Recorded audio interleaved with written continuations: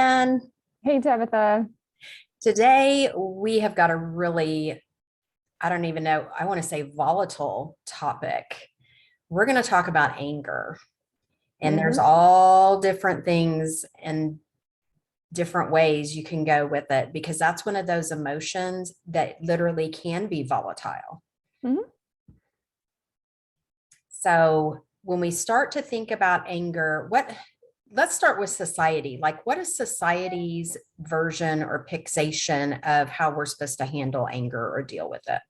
Well, just even society's perception of anger is that it's aggressive, right? And aggression is conflict, causes conflict. And the whole, social cohesion thing, we achieve and sustain social cohesion without conflict, or at least the least conflict as possible, right? And anger often lends itself to aggression, and aggression creates conflict. And so, because of that perception, we invalidate anger, or we make it bad and wrong, or we avoid it, just like we avoid conflict. Right. Yeah. And Yeah. so a lot of people, especially women, we get the message that anger is wrong and bad. We shouldn't let ourselves get angry because aggression is considered a very masculine trait, as it is. If you look at personality types, right, you'll find on the highest end of aggression, mostly men, and on the low end of aggression, mostly women. So it's poo-pooed for women because it's not a feminine trait. Right. Yeah. So anger is sort of like, or at least I have heard it not resulted, like compared to a pressure cooker. Mm, Or in today's time, an instant pot would right. be our pressure cooker of today. That, you build up so much of that steam within your body and system. And if women do not learn how to express that anger in a healthy manner, or actually sit with the anger and actually feel it, look at it, and face it, what happens when we allow that to build up in our system like that pressure cooker or instant pot? Oh, that's a great question. We explode, right? We explode. And a lot of times it's directed towards someone else. And that's when anger becomes destructive because it separates instead of joins.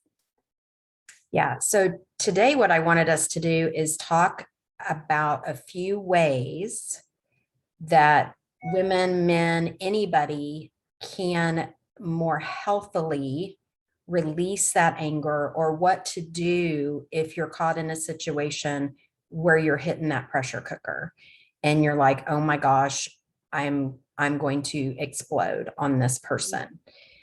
So what are a couple tips that you use with your clients to help them in this area?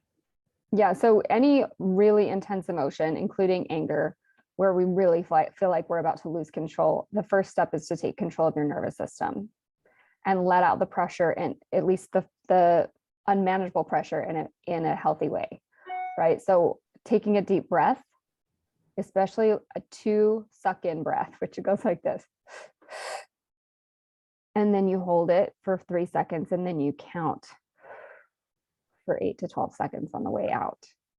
Okay. That's a really good way to just signal your nervous system that you're okay and let out the pressure.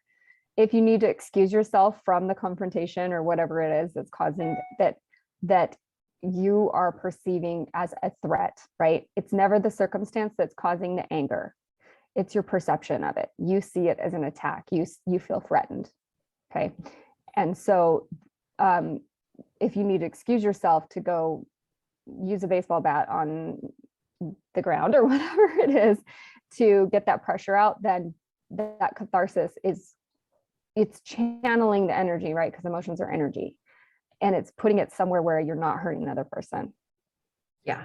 Then that's let up, but then there's something to do with the rest of it. Like, why did the anger happen? We got to figure out why, because usually anger is a cover emotion for hurt and fear. We feel vulnerable, we feel scared, and that feels really powerless. Fear is a very powerless position, and if people won't let themselves feel powerless, they will pull themselves up from powerlessness into anger. because anger doesn't feel powerless. It feels motivating, like I'm going to change the situation here. So my second recommendation after you breathe and you sort of what I call turn the boat around with your nervous system is write down. Journaling is such a powerful tool. Write down all of the thoughts about this situation that you're angry about. Usually it's a boundary crossing. Yeah. Right? Something's unacceptable. Your boundaries being crossed, but what if it's you that's crossing your boundaries, not somebody else? What if you're mad at you? What if you're angry at yourself? Right? So you've got that never happens. So you better write down and get really clear about why am I angry? Why do I feel threatened? And what do I need to do about it? Because anger, again, is motivating. And there's two things we can do. We can change the situation, which sometimes needs to be changed, or we can change the way we think about it that's causing us to feel threatened in a way that's nurturing and self-loving, not in a positive, bypassing toxic positivity kind of way. Yeah. And, I've always heard the saying, or the saying, don't go to bed angry. But yet sometimes we make rash decisions out of anger.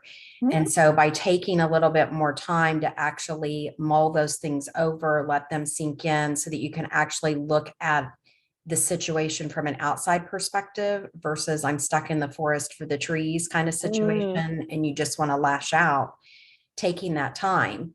I know for me in the past, when I have gone through some difficult times that resulted in anger, I used to go to the batting cages and I would literally go and just hit baseballs because I was so angry that I could not even begin to understand or to journal or to get to that point where I could even understand what was making me angry or what was causing it or what was happening. And a lot of that is because we have a judgment about the anger. I shouldn't be angry.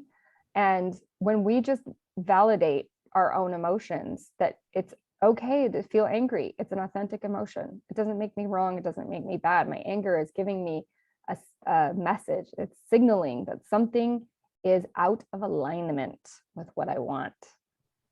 Yes. So pay attention. Yeah. And we've only got maybe not even quite 2 minutes left. So if we wrap up this 7-minute mentoring today, what would you say, in addition to what we've already talked about, would be one piece of advice that you would give someone who is dealing with a situation that brings up anger within them? Well, first of all, kind of going on what I said was like not moralizing about the anger, just accepting the anger and get curious about it. A really good place to be in when you had been angry, right? And you've felt your way through it, or you've expressed your way through it with a baseball bat. Right. Is to get curious about it instead of just ignoring it, because that's what we are often taught to do. Get curious about it. Why did I feel angry? And really dive deep and really be courageous enough to see everything that you find there.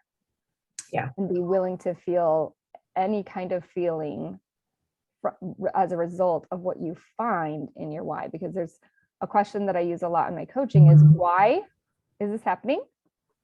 And do I like my reasons? Because a lot of times we become angry because we're misperceiving. We're seeing attack where it actually isn't. Right. Because our nervous system has been so overly, repeatedly conditioned to see attack. And so we're hypervigilant. And so if we find out, okay, I feel angry because of this. Oh, do I like that reason though?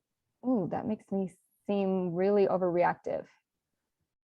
Well, we are over time.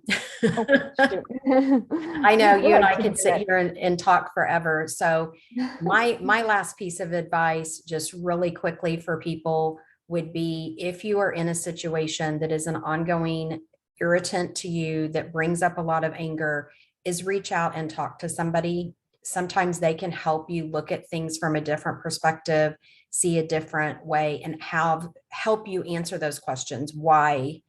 Like you were saying. So that's an excellent piece of advice. Yeah. And definitely take that time to mull it over and don't react or act immediately. So today has been 7-minute mentoring all about anger, and appreciate your time, Merianne. If anybody enjoyed this information or you need to talk to somebody about a situation you're dealing with, reach out to myself or Merianne. Our contact information will be either below this video, above this video, or somewhere around the video, depending upon what platform that you're watching this on. So thanks so much for joining. Thanks.